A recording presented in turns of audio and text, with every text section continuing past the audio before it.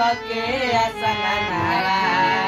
बैठली सिंगार कर तले परल ध्यानवा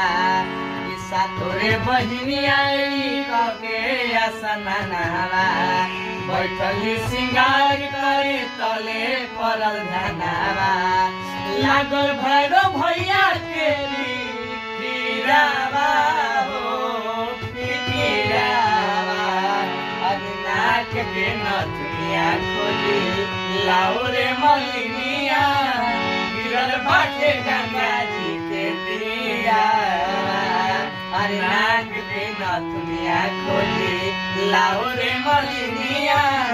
गिरल बाटे गंगा जी के दिया अरे मने मने मैया निराश बाड़ी हो बैठल भैरो के पास बाड़ी हो के मने मैया निराश बाड़ी हो हेलो बैठल भैरो के पास बाड़ी हो हेलो के खोज ऑनलाइन आओ मोरा सोना के नदिया ऑनलाइन आओ ना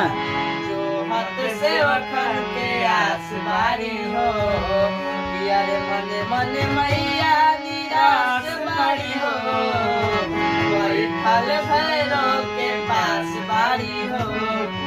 के खोजिलाई मोर सोना के नथियावा जो हद से वखन के आस बाड़ी हो अरे हीरावा मढ़ावल बाटे मोतिया अरे मोतिया अरे नाक के नथुनिया खोजी लाउरे मलिनिया गिरल बाटे गंगा जी के तीरा अरे नाक के नथुनिया खोजी लाउरे मलिनिया गिरल बाटे गंगा जी के तीरा अरे पूजावा के बेर भइल देर होता जी अरे खाती कलसा कुबेर होता जी और उन्हें बिहारी पवन पूजे खाती पहुआ हेलो बैठल कदबेर हाँ मौसा जी हाँ पुरजी कटल काल गैस मिली अरे खाती कलसा कुबेर होता जी और उन्हें बिहारी पवन पूजे खाती पहुआ बैठल बैठल कदबेर होता जी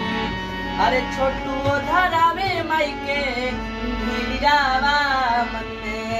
धीरावा अरे नाक के नथुनिया खोली लाउरे मलिनिया